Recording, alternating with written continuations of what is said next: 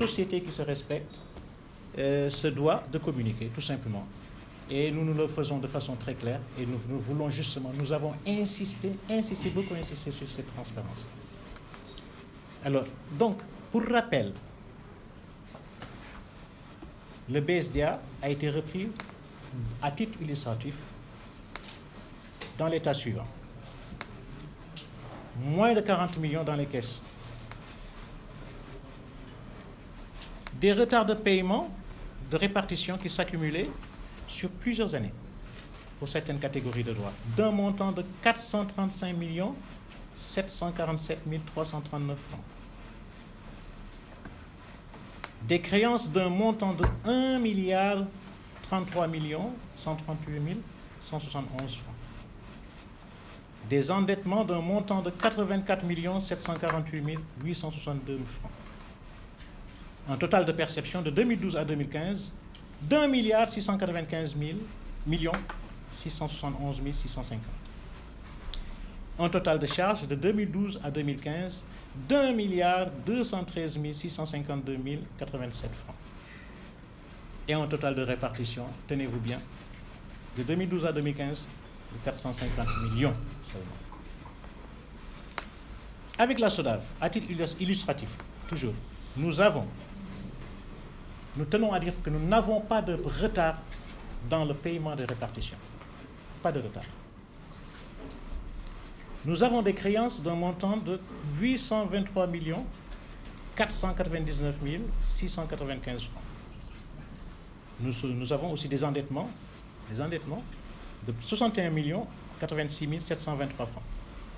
Un total de perception d'octobre 2016 à 2019 de 2 milliards 580 250 617 francs. Et un total de charges d'octobre toujours 2016 à 2019 d'1 milliard 408 788 695 francs. Et un total de répartition, toujours dans la même période, d'1 milliard 182 millions 12 264 francs.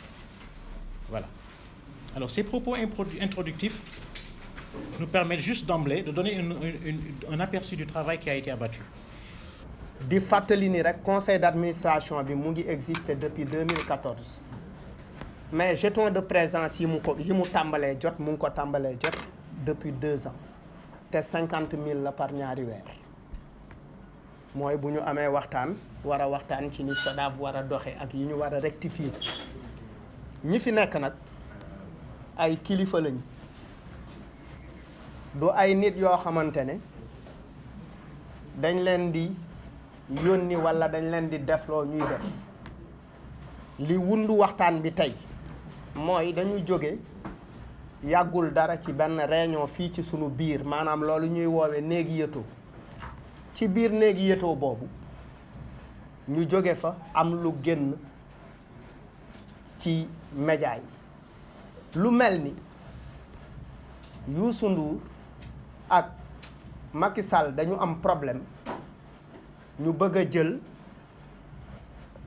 moo waral ñuy auditer Ngoné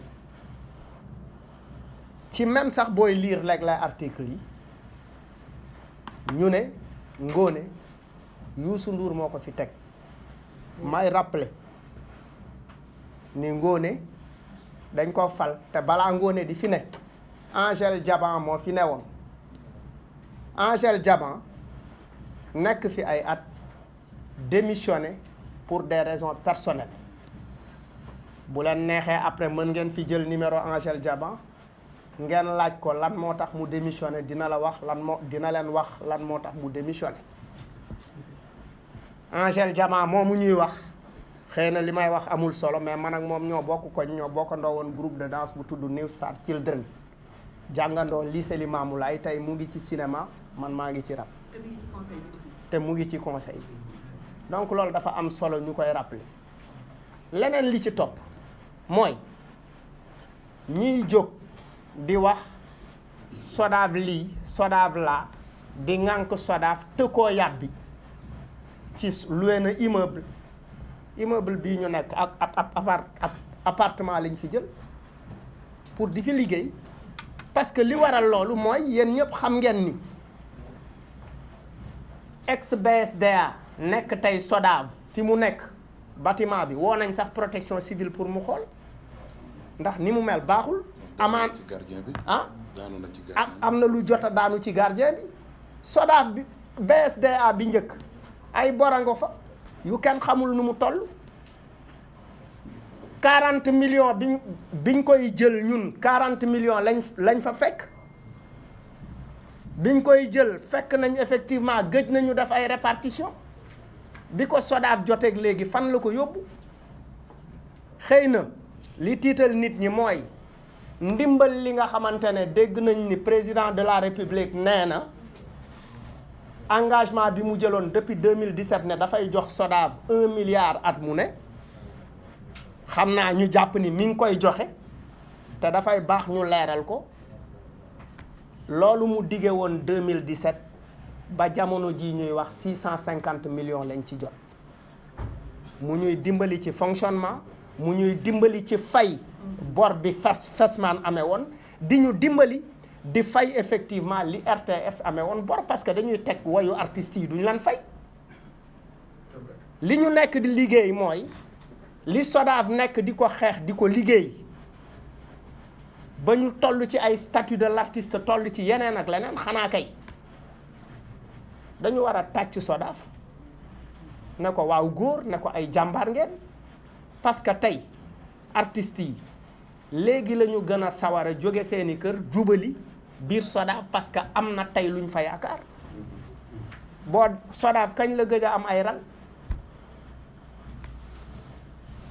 biñ ko yoree ba léegi mu ngi am ay rang nit ñi di fa dem di saytu di xool di laaj mu intéressé leen parce que effectivement ñu ngi fexe artiste bi jot ci àq ak yelleefam jóge ci bu feebaree ne dimbali leen ma fii artiste bu feebar àdduna xam ko artiste bu feebar àdduna xam ko muy ñi fi jóge du ma tudd seen tur artistes yi dañuy toog di am ay problème mu luwaas lan moo dugal artistes yi ci sàmbaay mbayaan bu metti parce que tout simplement li war a jëm ci artistes yi te ñi leen ko ameel nekk fii ci réew mi SODAV nekk di ko xeex ba ci wàllu copie privée dañu bëgg ngeen xam ni nag dafa am ay enjeu du ñu nangu société bii nga xamante ne dafa nekk société de droit privé ñi nga xamante ne ñooñu mag ñi ñu fi jiitu xeex ko ba jot ci ba agrément bi yàlla def ñu signé ko en 2017 ñu ñafe ko def ko ñu bëgg léegi parce que forcément on lit parce que dafa mel ni rek nga ne way mais malal way rakku Racine Talla la wala rakku Mamadou Talla la donc oui donc gars yi la ànd wala donc mu ngi jot ci lii wala mu ngi jot ci laa pourquoi mënuñu comprendre ni mën nga bokk ak nit ndey ak baay fekk il ne faut pas faire ce lien là wala yow nga am sa xeex boo xamante ne yàkkee yéen a ko am yéen a ngi koy xeex depuis 1960 ah ngay jël xeex yi di ko toxal ci ay rakkam wala di ko toxal ci ay mbokkam wala di ko toxal sax ci li nga xamante ne moom lañ ko dénk ñun nag ñàkkuñu fayda ñi fi nekk ay kilifa lañ conseil d'administration réunion la boo xamante ne ñoom pendra dañuy yuuxu Ngoné ba Ngoné tiit ñun Ngoné du suñu ndey du suñu baay du suñu yaay du suñu nijaay du suñu yumpaañ moomuñu ñàkkuñu fayda ni ñu amee sañ-sañ di yëkkati suñu baat ci yeneen i kuréel di wax ñu sut Ngoné lees li ñu xalaat ci biir conseil d'administration bu ñu amee suñu xalaat dañ koy wax Ngoné donc nekkuñu sax foofu te liñ ci mën a seede tamit mooy lenn la rek bu jubul woon ñooy njëkk a génn wax ko liñ ci gis jub la c'est aussi simple que ça ñoom Gassira ñii ay tubaab lañu mooy yaru nasaraan la ñu am bu ñu gisee lu leen jaaxal dañ koy wax léegi àdduna dégg ko xëy na sax ñoom malal mus nañ xaw a masla ak yooyu mais am na ñoo xamante ne nekkuñu foofu fi ñu nekk ci li ñu nekk mooy liggéey bu am solo pour jëriñ artistes yi am na loo xamante ne nag xëy na su ma mag vieux mag am na nu mu ko waxee xëy na mag noonu lay waxee mais nag wolof njaay dafa ne ku la wokk nga xuri ko ku la wokk da nga koy xuri ba mu yëg ni wokk neexul parce que dañ ñu wokk ñu ngi ñuy tooñ depuis boobu ñu ne nemm toog mais lii dafa ëpp di wax ni nag dinañu dem ci yoon dinañu dem ci protection des données personnelles dinañu dem fépp fi nga xamante ne war nañ fa dem parce que am nañu benn mbóot jënax bu nekk suñu biir wala ay kaña yu nekk suñu biir yoo xamante ne lu ñu waxtaane ñu yóbbu ko wëlbati ko xam nga kaña bu fekkee fii saabu for ko yóbbu bu yeggee ci bërëb bi saabu bi bu ko yóbbu du yóbbu saabu complet bi day am lu mu cof ci saabu bi mais noonu la demee fii dañ fi nekk di waxtaan li ñuy waxtaane ñu jël wëlbati wax ji tudduñu fi sax Youssou Ndour et puis Youssou Ndour n'a jamais été mêlé ni de près ni de loin musuñu ko gis réunion musul woote réunion musu fi nekk et cetera il faut arrêter d'accuser les gens à tort et à travers liggéey bi ñu nekk liggéey bu am solo la nañu sant parce que nag bu chiffre yi mais am na ay grand yu ma dégg sax ñuy taxaw naan way diw leb na am na ay grand yu leb ay 1 million 200 ay 1 million 300 1 million ay 3 non dafa am ay grand yu leb ah non te bokk ñu fii Malal baal leen ma. wax kenn du ko raay. ñun dañoo jiñ sàcc. yéen a may dégg. on nous attaque de partout.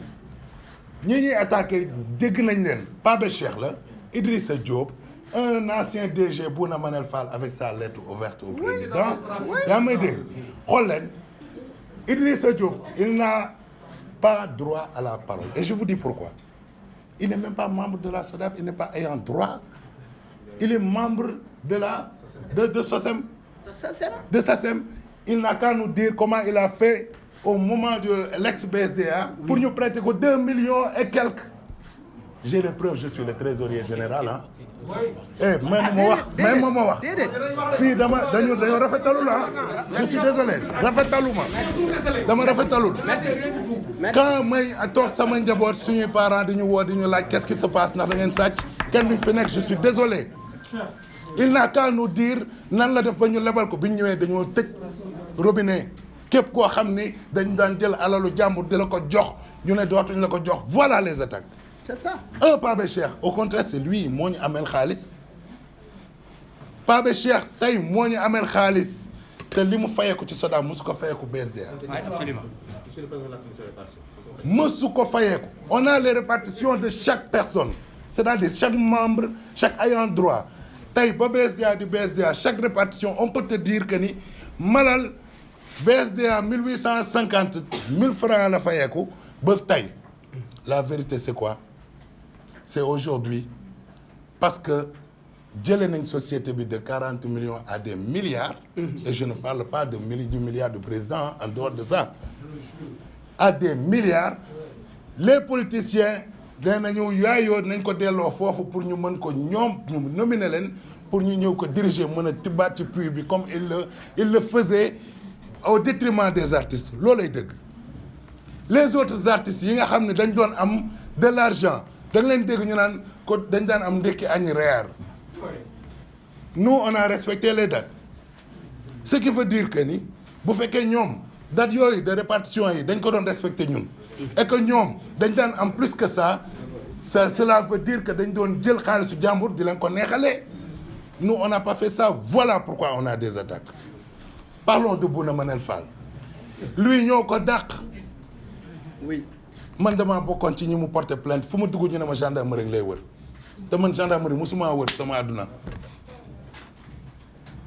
fu ma dugg ñu ne ma brigade de recherche lay wër parce que il a des amis procureurs je ne sais pas quoi mais buñ la santé liggéey nga nekk un mandataire da ngay xool fi ñu war a wax nga xool fa da ngay teg sa loxo fi ñu la wax nga teg ko fa parce que effectivement la gestion en tout cas au niveau du conseil d'administration ñu xaraña fi nekk te kenn ku nekk tu as ta propre société faneen yu bokk la fii c'est que les gens il faut qu'ils arrêtent de considérer les artistes comme des minables sous prétexte ils occupent d'autres fonctions sous prétexte ils ont d'autres diplômes et dans nous-mêmes on a des gens qui ont des diplômes plus qu'eux loolay dëgg si on a trouvé une société boo xam ne non seulement les gens parlent de 40 millions effectivement 40 millions lañ fekkoon ci caisse bi et ces 40 millions matu woon sax 3 mois de masse salariale du BSDA. Et que l'ancien directeur disait j'ai laissé suffisamment d'argent pour répartir. C'était faux. C'était faux. Nous on a trouvé une société boo xam ne ay miet lañ fekk foo xam ne matul sax masse salariale. On a trouvé une société boo xam ne amul woon manuel de procédure amul woon comptabilité fiable amul woon bilan certifié amul woon ay commissaire au compte amul woon règlement de perception amul woon règlement de répartition, ce qui veut dire que ni nu mu leen neexee lañ doon répartir loolay dëgg. ñu fekk société boo xam ne amul sa oto bu baax buy daw. Pour des gens yu war a sillonner tout le Sénégal percevoir les droits des artistes mën leen ko delloo. ñu fekk société boo xam ne ay bor yu dul jeex lañ doon joxe. ay nit yoo xam ne ils étaient même pas des auteurs ñu tibb ci xaalis bi jox leen parce qu'ils faisaient de la politique parce que c'est des artistes yoo xam seen làmmiñ rëy na parce que c'est des artistes yoo xam ni bu ñu leen di créer ñoom ñooy taxaw. Je me souviens très bien gis nga les gens de Saint-Louis la majeure partie était dans le bureau de Bouna Manel Fall au moment bu ñu koy dàq et Bouna Manel Fall avait fait juste 3 mois ñu dàq ko parce que dafa jëloon xaalis bu bari tasaare ko sans ñu yëg ko sans notre aval après des avertissements des lettres d'explication et tout ça ñu révoqué ko. C'est ça. Et il ose un gars comme ça buy jël xaalisu artiste bi jëli téléphone bu 500000 jël jabar ji yóbbu ko ay visite prénatale dépensé c'est ay centaines de mille je suis désolé ci xaalisu artiste ñu dàq ko au bilan de 100 millions en 3 mois dépense nañ waxante dëgg ñun santuñu ko duñ ko dàq. Quand je vois des artistes le défendre je suis désolé je suis aigri. Merci. dama sonn dañu sonn. Maintenant le président de la République on le remercie au contraire il a voulu nous aider maintenant li ñu bëgg na xam nga mooy lan li attirer attention yëpp li kañe li yee kañe yëpp c'est copie privée dafay dugg si te copie privée c'est des milliards et grâce à ces copies privées à cette copie privée là ak rémunération équitable Inch'Allah nous les artistes nous les interprètes dinañu commencer nous les producteurs dinañ commencer fayeeku te mësuñu fayeeku Sénégal. Maintenant puisque c'est des milliards waaw c'est artiste warul gérer une société qui génère des milliards et des milliards nañ ko delloo ci juridique yi nañ ko delloo ci policiers ci politique yi nañ ko delloo ci politiciens yi. Je suis désolé si monsieur le président tombe dans ce piège là nous artistes nous sommes foutus. Si la SODAV est bien protégée avec votre assistance de l'État, alors c'est plus productif que le pétrole. Le mandat. Merci. Le mandat. Merci. Nous sommes là pour gérer cette société-là.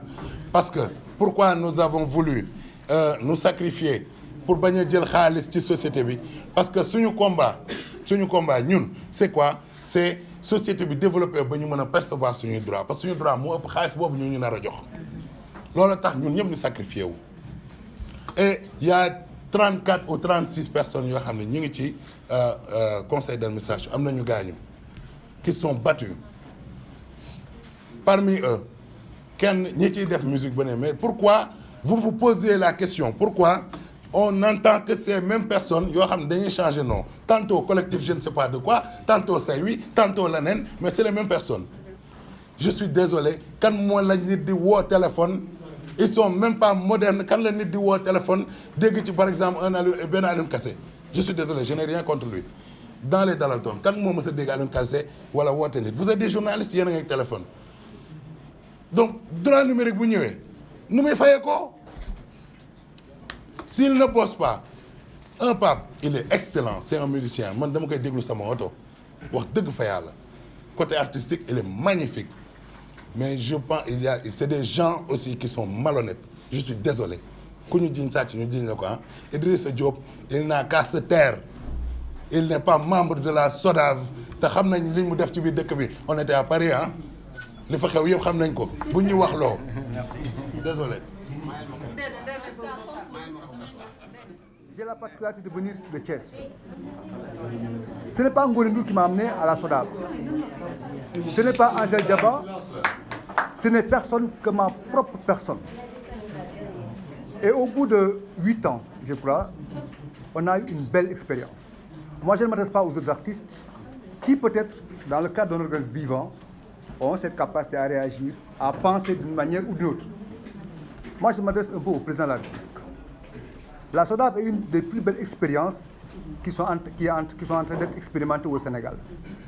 De laisser les artistes prendre en charge leur destin d'une certaine manière en gérant les revenus qui sont issus de leur production. Je ne pense pas, moi, personnellement, que le président de la République puisse un jour penser voguer à contre-courant et arrêter cette expérience. Ceci étant, ça n'empêche jamais qu'on puisse dire à l'autorité que la SODAV doit rester un sanctuaire préservé de la politique. Parce que ce serait tout faussé, parce que d'une manière ou d'une autre, c'est revenir à une gestion que tout le monde a décriée. Mais aussi, c'est aller tout à fait en porte-à-faux avec ce qui se fait dans le monde. Je crois très sincèrement que l'intelligence voudrait que chacun, que ce soit l'autorité, que ce soit aussi l'ayant droit, l'artiste, plus simplement, comprenne que c'est un bébé, mais un organisme vivant, qu'il faut aider, qu'il faut nourrir, améliorer. La critique, elle est nécessaire. Elle est nécessaire. Mais elle ne doit pas primer sur ce qu'on fait. Et mon intime conviction est que dans ce conseil d'administration, jusqu'à preuve du contraire, les choses se passent dans la transparence, mais aussi dans la dignité de chaque membre du conseil d'administration. Je ne suis pas lié à Ngoné d'une manière ou d'une autre. Je suis un membre du conseil d'administration et je m'assume comme tel.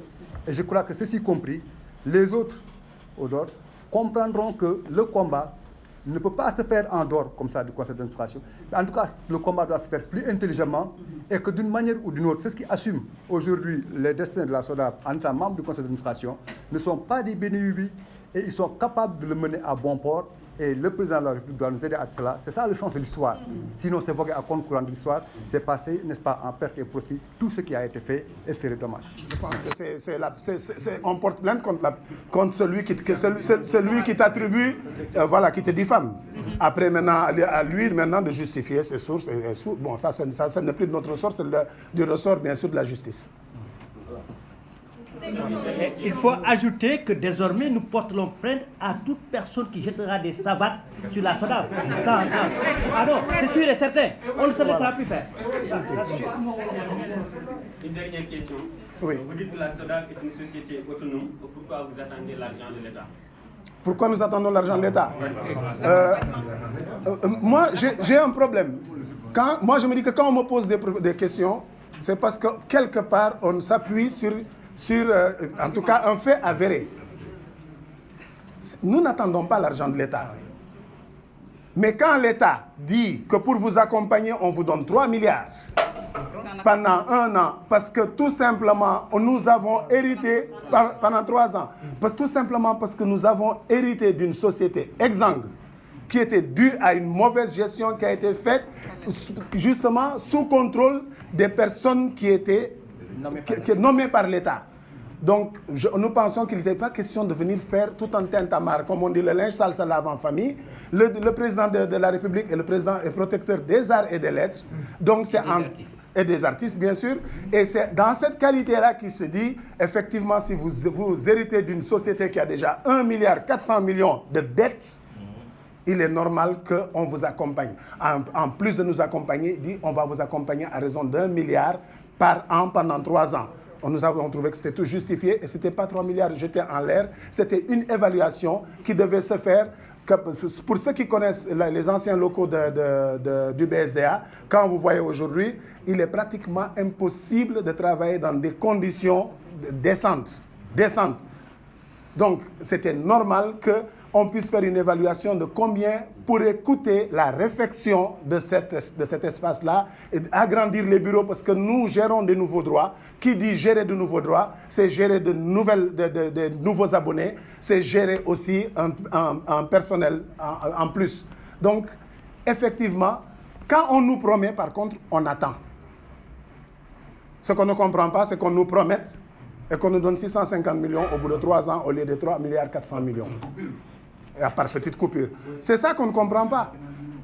Voilà. Et pourtant, on ne l'a pas dit. Mais quand ce sont les gens à l'intérieur qui viennent dire ouais, ils ont reçu 2 milliards, qu'ils commencent à jeter l'anathème, mais on est obligé de sortir des bois pour rétablir la vérité. Mais sinon, comme on dit, c'est Wartanou Birnek, normalement, comme on dit, le linge sale se lave en famille. ndax kuy ut mbaax ci alal buñ la dénk dañ laa war a laaj yow sax mbaax foo koy sàkkoo ci alal biñ la dénk kenn du ut mbaax ci luñ la dénk ñun utuñu mbaax dañuy ut pour def suñu liggéey kenn ku ci nekk ci ñun dafa am entreprise am activité te bi ñuy engagé wu ci SODAV dañ ci engagé wu ak loyauté te kenn ku ci nekk artiste nga ci sa corporation kilifa nga ci liggéey nga ci man maa ngi représenté collège auteur musique bi nga xam ni maa ngi koy bokk ci Bagay Massar te ñu ci bëri ñuy wax ay musiciens lañu man personnellement dama jël sama téléphone woo leen dem ñu wax ci ñi ma ci mën a waxal ku ci nekk ma ne la loo xamul ak looy sàkku ak boobu loo bëgg a lijjanti comme que man maay représenté collège auteur musique sama mag xawul jàppandi toolu laaj leen ma tontu leen waaw kooku information bu ko intéressé woon du yem foofu mais intéressé wu leen SODAV ni muy doxee ak rapport yi ngeen gis ñu ngi koy bind kan moo mën a génne fii rapport BSDA 2000 biñ ko sàkkee ba léegi kenn mënu koo génne rapport bii dañ koo certifié depuis ñu jox ñu société bi ñu ngi bind li ñuy def di wax xaalis bi fu mu dugg fu mu génn ki ñu ameel ku ñu ameel ku ci nekk mu leer naan na ñu koy joxe waaye ku fekkee information moo la intéressé lii doyu la kon gaa ñi leneen la ñuy lijjanti te ñun nag comme ni ma koy waxee rek ñu nit dañoo am ay mbokk da ngay génn dawal oto sax wala nga xaw a sol benn dàll boo jëndee fii 3500 ñu ne gars yi solu nañ kat loolu dafa yomb nit ñi dañuy dawal rafet njort ndax société bu mel ni SODAV boo xamante ni ci Afrique yëpp dañ ko cité à titre d'exemple bind ko dans le monde au niveau de la confédération muy CISAC ñu bind ko di leen féliciter société boo xam ni daf fee fekk bor yu ko société bi ut woon jiitu woon bàyyi mu jël bor yooyu passif yooyu yëpp en charge fay leen muy ci fisc bi muy partout lijjanti loolu ba mu mat te mu doon responsabilité état teg ci yokk ci xar mi karam ba tey ñu toog di wax amul benn artiste bu mën a génn taxaw ne SODAV daf ma amee ñuy wax ñëpp kenn mënut a taxaw ne SODAV de dafa ameel fayaguma waaw kooku boo ko félicité wul waaw motiver ko sax ne wuñu lépp c'est parfait waaye am na ci loo xam ne nag góorgóorlu nañ ko depuis des années ci suñu xam-xam suñu kàttan ak suñu am-am parce que ñu nit dañoo def suñu alal SODAV parce que dañ daan ñëw SODAV du ñu jox paas du ñu jox ñuy def suñu alal ñëw toog ñii di yóbbante ay at suñu alal dem na ci suñu xam-xam dem na ci parce que du ñu ay dof dañu am également une expertise ci nekk bi ñu liggéey ku ci nekk fii entreprise nga yor ñu jël suñu expertise dugal ko ci biir SODAV liggéey ko tënk ko ci nga xam ne bëggatuñu SODAV di basé wu ci ay personnes mais ci ay textes ay règlements ak des manuels de procédure nga xam ne ñun bu ñu fa nekkatul sax SODAV dina nekk société boo xam ne kenn dootu mën a def di lo neex loolu lañ fa bëggoon def loolu lañ mooy suñu yéene SODAV parce que ñun xam nañ ni fii ñu teg à la kulli xaal lu tàmbali dana jeex waaye bëgg nañu buy jeex objectif ak vision bi ñu amoon ci SODAV ñu mën ko wasaare parce que ñun ay artistes lañu te tey fi adduna bi di doxee au niveau de la gestion de la copie privée tey am na beneen renouveau boo xam ne war nañ ko yokk ci artistes te damay leeral ni dëgg la loi moo ñu tënk muy loi 2008 loi bi wax na lépp artiste boo xamante ne wala ayant droit boo xam ne membre de SODAV nga bëgg a laaj loi bi moo la jox doole boobu ne la bindal SODAV dafa am obligation tontu la. loi bi moo ko wax waaye ñiy wax lépp lu tax defuñu loolu. Absolument certain qu'il est assez là où il est capable de faire en sorte que la SODAV ne meure jamais et puisse continuer. Ça c'est sûr et certain. Ils se sont trompés parce que les chiffres parlent à notre faveur. Les chiffres parlent à notre faveur. Nous, on ne veut rien. On ne réclame rien. Que les gens qui disent quelque chose de nous amènent les preuves concrètes. Parce que quand tu dis quelque chose de quelqu'un, vous amenez les preuves concrètes. C'est très facile de dire la SODAV tire à boulet rouge sur Macky Sall. Qu'on amène la preuve. Que la SODAV tire à boulet rouge sur Macky Sall. On n'a qu'à amener la preuve. Avant d'écrire quelque chose, on amène la preuve de ce qu'on écrit. On les met au défi d'apporter la preuve. Aucun d'eux ne peut amener une preuve que nous avons dit quelque chose sur le président de la République. Non, on ne le dira pas. On ne le dira jamais. Ils n'ont pas de preuves. Et ça, on ne laissera pas. Cette diffamation, cette fois-ci, ne passera pas parce que nous allons porter plainte contre tous ces gens-là qui portent des diffamations sur notre dos. On a trop laissé passer parce qu'on a été trop courtois. On a trop été gentil avec ces gens. On ne le sera plus. Nous sommes une transparence. Madame l'a dit, visitez le site. Allez voir. Nous avons les chiffres en notre faveur. Ce que nous avons fait en 3 ans, le BSDA ne l'a pas fait en 5 ans ou en 20 ans, en 30 ans. Donc on nous laisse travailler. Et nous sommes en fin de mandat. S'ils ont quelque chose à dire, ils n'ont qu'à le faire le mandat. Il y aura une assemblée générale, il y aura une autre élection, il y aura un autre conseil d'administration. C'est en ce moment qu'il faut venir dire ce qu'on veut. Mais ce n'est pas maintenant qu'on essaie de jeter le discrédit sur nous. Nous n'accepterons plus. Merci. Il y a de la pluie, de la neige. Nous, on est là à travailler tout le temps à côté de Madame la Présidente. Moi, je coordonne le comité directeur de la SODAV. Et c'était pour revenir sur Fou Malade, ce qu'il disait tout à l'heure. En disant que c'est vrai que nous sommes connus aussi pour suivre Ngone. Ngone travaille avec nous et elle-même, elle collabore avec nous directement.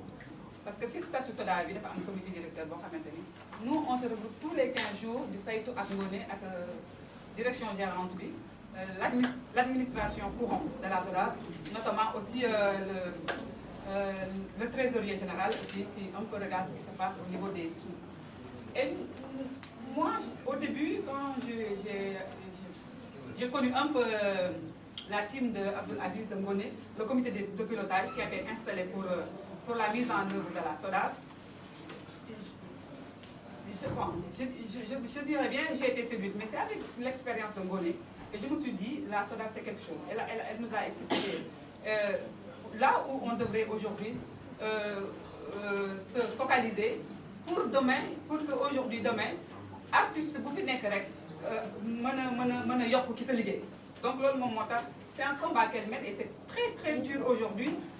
Ñun ñëpp le conseil d'administration ak sunu ay identités yu différentes.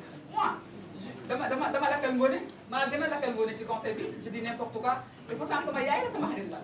On chemine depuis 20 ans. Mais quand il faudrait parler, quand bu ñu waree xeex suñu biir tuuti rek pour améliorer les conditions dañ koy def.